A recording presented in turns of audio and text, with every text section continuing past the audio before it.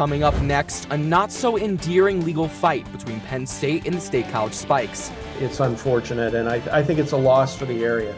Plus, as travelers face nightmare security lines at major airports, we check in to see how our local airport is doing. I mean, we got up really early because we were really worried that we weren't going to be able to get through the airport. And a local barbershop celebrates a major milestone of haircutting heritage. The Center County Report starts now.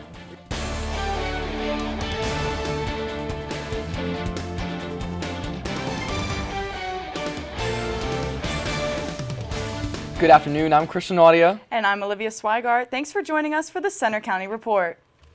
Our top story, a bitter legal battle threatens to jeopardize the future of the State College Spikes baseball team at Medler Field. Penn State is suing to evict the team. Reporter Kate Howie is live at Medler Field with more. Kate? Olivia, right now there's a lot of uncertainty for Spikes fans. A surprising legal fight has the two teams battling, and there's a lot of uncertainty for season ticket holders like one that I talked to. For baseball fans like Frank Malone and his family, State College Spikes games at Medler Field are a summer tradition. I just love hearing the sights and the sounds and the smells of a baseball park. They've been season ticket holders for 15 years, but now the Spikes may have to find a new home, and fans may be left out because Penn State is suing to evict the MLB Draft League team. I don't see us traveling long distances to attend Spikes games if indeed they were to move venues. So it's unfortunate, and I think it's a loss for the area. This month, the university filed a lawsuit against the team. Penn State owns the ballpark and leases it to the Spikes. The lawsuit claims the team failed to provide notice it would exercise a 10-year lease option when the old deal expired last fall. In a statement to the Center County Report, a spokesperson said, quote, "The university repeatedly attempted to work with the Spikes organization to establish a new facility usage agreement that reflects our shared goals." Penn State claims the Spikes owe more than $1 million in rents and fees, and that the team hasn't taken care of the facility. The Spikes posted a statement saying they've operated the ballpark in exemplary fashion, and to portray the Spikes in the false light the university has concocted in an ever-escalating attempt to force the Spikes out of business is reckless. I find it ironic that the university's filing did things like complain about not cleaning toilets and that kind of stuff. Meanwhile, literally across the street, the same university is spending hundreds of millions of dollars on a stadium. Medler Field has been a home to baseball and State College for decades, but right now it's also the center of a legal battle, and until that's resolved, the future of this field remains uncertain. We called the Spikes for further comment, but were hung up on twice. We also reached out to their law firm, but have not heard back. Penn State has asked a judge to order temporary operating guidelines for the shared use of Medler Field during the lawsuit. A court conference is set for next month.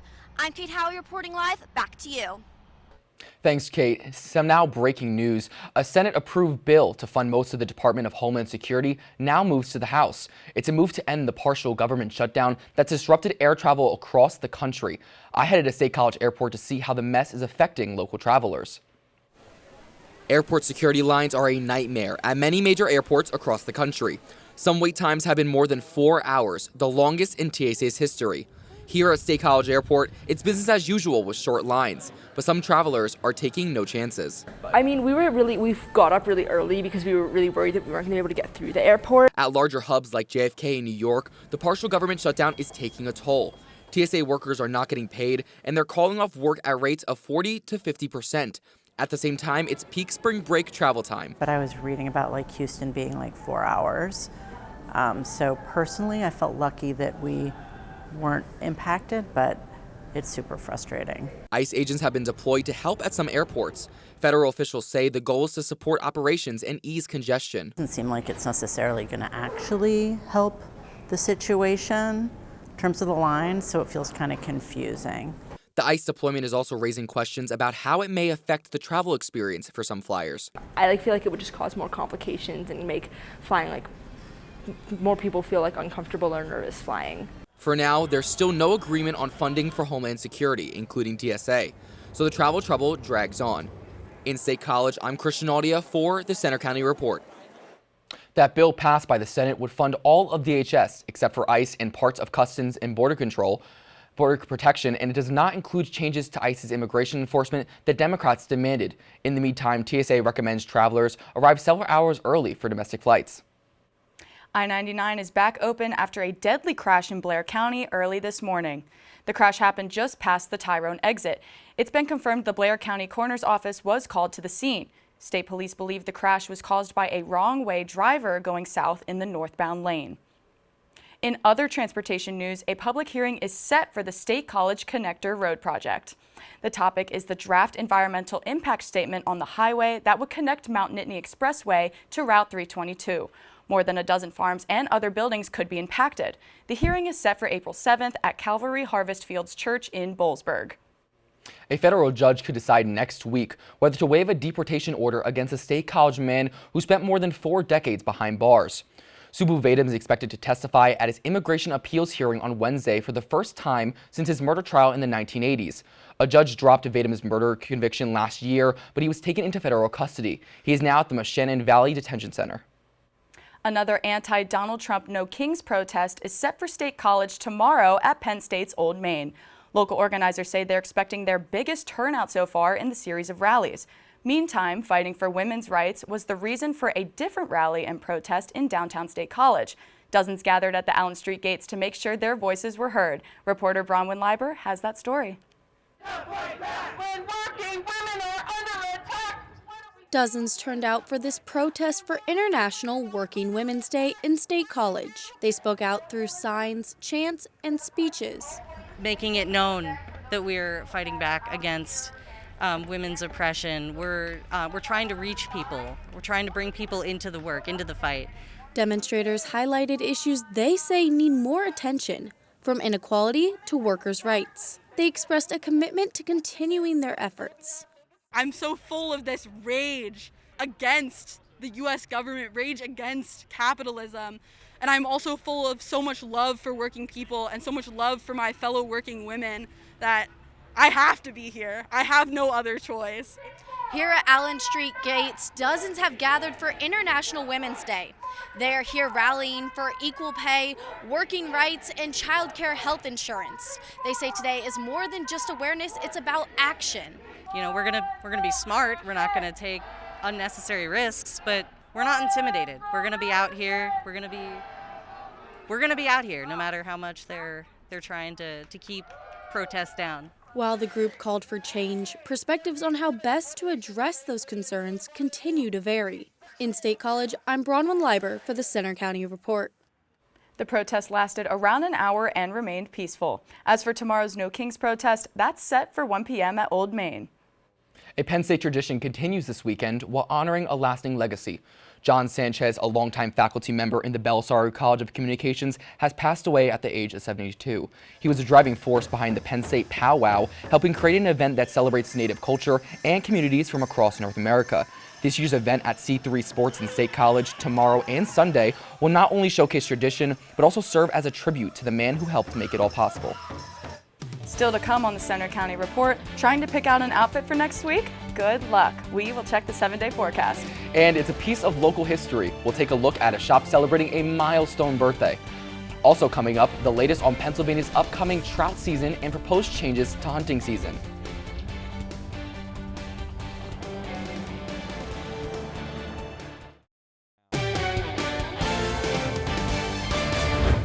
Starting Monday, State College School District will add a few minutes to each school day for the rest of the spring. That's to make up for snow days instead of extending the last day of school in June. 5 minutes will be added to every day to keep the last day of school June 5th. A local man is keeping his family's legacy alive, continuing the tradition at a small neighborhood barbershop as it approaches its 75th anniversary. Bronwyn Leiber has the story. For almost 75 years, the same family name has been on the front door. The history is on the walls. Photos from over the years, first at the original Boalsburg location and now in Millheim. So it's just proud, happy to be here, happy to do it. I have all the stuff on the walls and all the memorabilia, things like that. I just like to keep the history alive. Owner Rob Jackson's great-grandfather, Nestor Keene, opened Keene's Barbershop in 1951. After serving in the Army during World War II. And then after he came back from that, he decided to go to barber school. So he went to barber school, learned there, and then opened the shop up in Boalsburg shortly after that. While Jackson didn't get to work with his great-grandfather, he did get to work with his grandfather before taking over the barber business himself and raising a family of his own. It was really beautiful to be a part of. The very first house that we ever lived at was the original Keen's barbershop. So I remember when I was a little girl and I would sit in the living room, you could hear like all the people coming in and like you could hear them like talk and create conversations with everybody. Customers say they love the friendly family feel of the place, but didn't know about the shop's history. It quite surprised me because I've been living here my whole life. The reason I think the family businesses are good to have, especially in small communities like this, is you feel more connected. Jackson keeps welcoming customers as Keen's looks ahead to whatever the future holds. You know, it goes back so many generations, and I mean, I have another generation sitting in my lap right now, so it's pretty great. The Keen's name ended with the recent passing of Rob's grandmother, but the family love for the job stays strong as they approach the shop's anniversary next week. A new legislative bill in Harrisburg could restore a Pennsylvania tradition. 2 state senators want to move deer season opening day back to the Monday after Thanksgiving.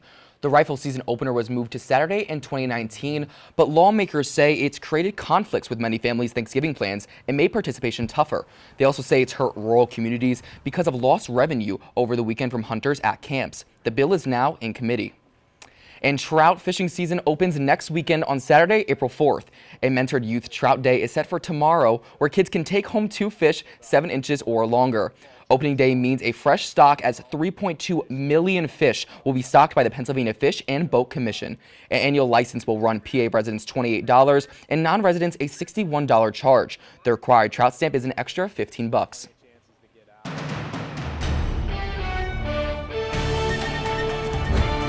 Central Pennsylvania spring is keeping up its usual pattern, and today is not going to be any different. Yesterday we saw highs in the 70s, but today we're all the way back down in the 40s, and we're not expected to get above 50 today. Right now we're sitting at 43 degrees, but with a northeast wind noticeable at 14 miles per hour, our feels-like temperature is going to drop to 36. Across Pennsylvania, we're not doing much better. 43 in State College, 28 in Erie, and unusual circumstance, Pittsburgh is actually colder than we are here in State College. Across the rest of the day, we're only expected to rise 1 to 3 more degrees as we head into 2, 3, 4 p.m. But after that, we're expected to drop all the way back down below freezing overnight. And that's because high pressure is settling into the area. Last night, a cold front sliced through. Luckily, that is fully moved out of our area and is currently leaving the Philadelphia region. And that is still why we had such a strong cool down after last night. Now for the rest of your weekend, we are going to be keeping cool. Again, high pressures over the area, so our temperature isn't going to be changing too much from our high today. Luckily, we are going to be seeing some sunshine though. Now, as we head into next week, Sunday, again, going to be quite nice, but Monday, Tuesday, a system is going to be beginning to form. And as we head into Tuesday and Wednesday night, that system's going to further organize. And that's when we're going to be seeing the formation of this well-formed cold front, bringing potential thunderstorms, heavy showers, and cooler conditions into late next week. Now for a quick recap of your weekend. Today, we're going to be seeing a high of 47 degrees, decreasing cloud cover as we head further into the day as that high pressure settles into the area. North winds at 6 to 10 miles per hour are going to be bringing that feels-like temperature a little bit lower though. Tonight, again, clouds decrease and winds decrease, perfect conditions for cool temperatures. If you're going to the baseball game tonight, make sure you wear a jacket. It is going to be chilly. Now, as we head into Saturday, our high is only going to be just above 40 degrees, 42 with partly sunny skies, so the sun is at least going to be keeping you a little bit warm. And those southwest winds, instead of being from the north, are going to be a bit of a warmer breeze than a cool breeze because it is warmer in the south. Now, as we head into your next week, conditions are going to be wet, as I mentioned. If you don't have an umbrella, I'd recommend purchasing one over the weekend while it is still dry. But me personally, I don't really mind the wet weather so long as it is warm. The warmer weather has been really teasing us recently at State College. I'm hoping it sticks around within the next couple of weeks. Yeah, it's crazy to think that we were in tank tops and shorts yesterday, and now we're back in those winter jackets. But, you know, you don't have to worry about the weather when you're inside a indoor sports facility. Sending it over to Fernando with sports. Thanks, guys. Coming up in sports, Penn State men's hockey heads to Albany for the NCAA tournament. And we check in on spring practice as Nittany Lion football sets new expectations for the upcoming season.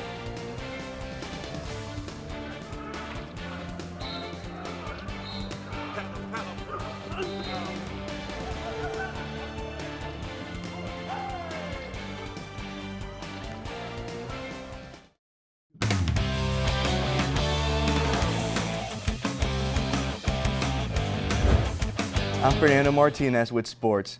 Penn State men's hockey begins its NCAA tournament campaign tonight as it takes on Minnesota Duluth in Albany, New York. The Nittany Lions have won 21 games this season. They're playing in the Albany Regional as a 3 seed. They take on 2 seed Minnesota Duluth, which won 23 games this season. The winner faces either Michigan or Bentley for a spot in the Frozen Four. Puck drop is tonight at 9. Penn State football is back on the field for spring ball under new coach Matt Campbell. And things are already looking a little different. Reporter Andy Lee explains. At Holuba Hall, the biggest changes are happening just after breakfast. As spring ball began this week, the Nittany Lions have shifted practices to the mornings instead of afternoons as in past years. I think it gives our young men a start to their day, which is huge. Everybody's day starts the same, and it starts with breakfast. It starts with the opportunity to be in an engaging environment. New coach Matt Campbell says the early start builds routine and even helps prevent injuries. I see a bunch of benefits. You get to wake up, the first thing you get to do is play football. I mean, that's pretty sick.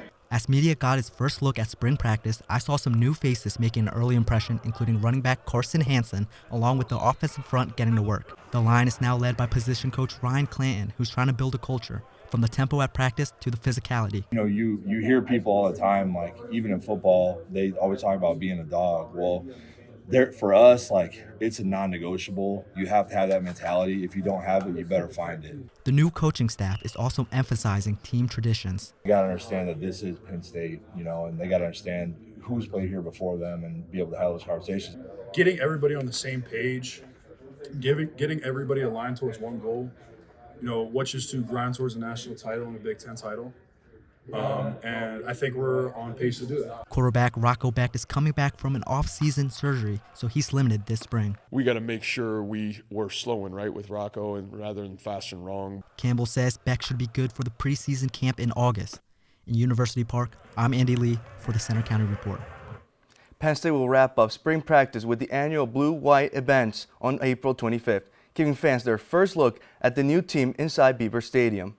Penn State has a new Lady Lions basketball coach, and Tanisha Wright says she's ready to get going. Reporter Julia Henry has more.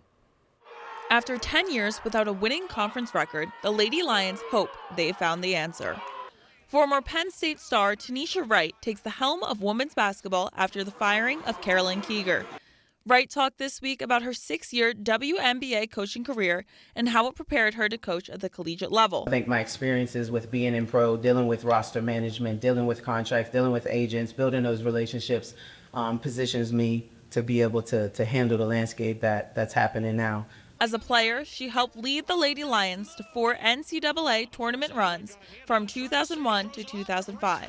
Including back-to-back Big Ten regular season titles.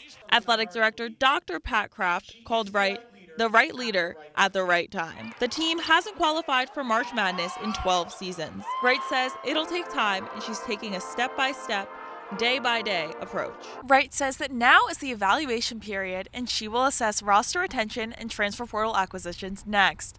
The transfer portal opens on April 6th. She says she knows this program can be successful. We're going to put the energy, we're going to put the effort in, and we're going to rebuild the program back to what we know it to be. In University Park, I'm Julia Henry for the Center County Report. Wright joins a competitive conference for women's basketball with 12 of 18 teams this season qualifying for March Madness. That's all for sports. Now, guys, Penn State men's hockey made it to the Frozen Four last year. Are we expecting the same run as last year this year? I think they could really make a good run. If they can get through a tough team in Minnesota Duluth and face Michigan for a nice rivalry in the Big Ten Conference, I think that we could really have a chance. I'm excited to see how it ends up. Thank you, Fernando. Coming up next, Shavers Creek celebrates 50 years of sweetness. We'll take you there for a popular annual event.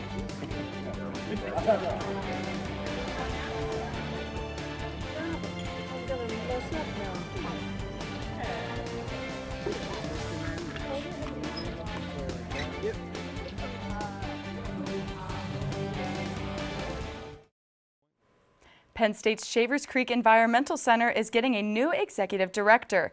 Anna George will now lead the center. She's replacing Lori McLaughlin, who's retiring after 33 years as program director. One of Shavers Creek's most popular events is their Maple Harvest Festival, and last weekend they welcomed over 2,000 visitors for the fun. The crowd ate almost 9,000 pancakes, 4,000 sausage patties, and 20 gallons of maple syrup. Lori McLaughlin taught a hands-on syrup-making course at Penn State for the past 20 years, and her students play an important role each year. It's honestly one of my favorite parts of the festival because the students who teach at the interpretive educational stations really bring to life the reason why we're doing this festival. All this talk about maple syrup, Christian, has me wondering, waffles or pancakes? Pancakes 100%, but with maple syrup, of course. And maybe some chocolate chips too. You never know.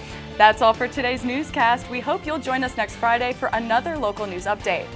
But you can follow us anytime for breaking news on our Center County Report X, and you can see our stories on our Facebook page, Instagram, YouTube, and our website. Have an amazing weekend.